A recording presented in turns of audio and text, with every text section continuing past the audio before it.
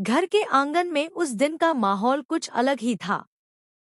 Chauhan house में सभी लोग इकट्ठा थे, लेकिन किसी के चेहरे पर साफ खुशी नहीं थी। सबके मन में एक ही सवाल घूम रहा था, क्या आज गोपाल जी आखिरकार अनु और आर्यवर्धन के रिश्ते को स्वीकार करेंगे या फिर कोई नया तूफान खड़ा होने वाला है।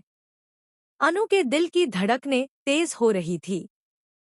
वह चुपचाप खड़ी थी और बार बार गोपाल जी की तरफ देख रही थी।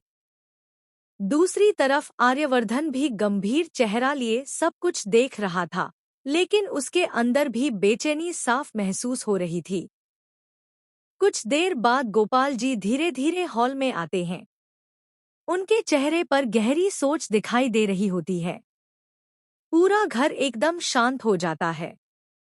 ऐसा लग रहा था जैसे सबकी सांसें थम गई हों।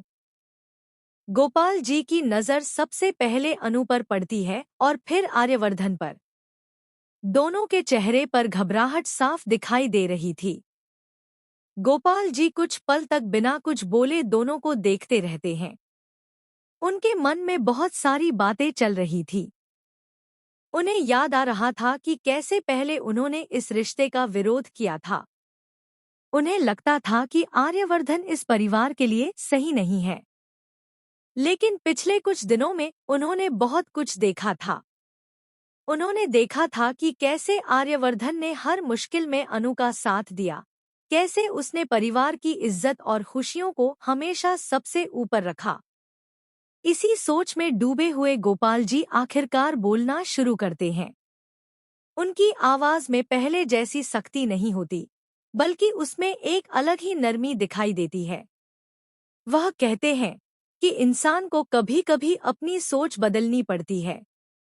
अगर सामने वाला सच्चा हो और उसका दिल साफ हो, तो उसे समझने में देर नहीं करनी चाहिए। यह सुनते ही घर के सभी लोग एक दूसरे की तरफ देखने लगते हैं। किसी को समझ नहीं आ रहा था कि गोपाल जी आखिर कहना क्या चाहते हैं। अनु की आंखों में उम्मीद की हल्की सी चमक दिखाई देती है, जबकि आर्यवर्धन भी ध्यान से उनकी हर बात सुन रहा होता है। गोपाल जी धीरे धीरे अनु के पास आते हैं और उसके सिर पर हाथ रख देते हैं। अनु की आंखें भर आती हैं। फिर वह आर्यवर्धन की तरफ मुड़ते हैं। कुछ पल के लिए दोनों की आंखें एक दूसरे से मिलती हैं।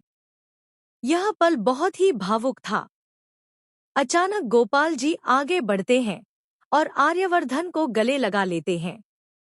यह देखकर पूरा परिवार हैरान रह जाता है।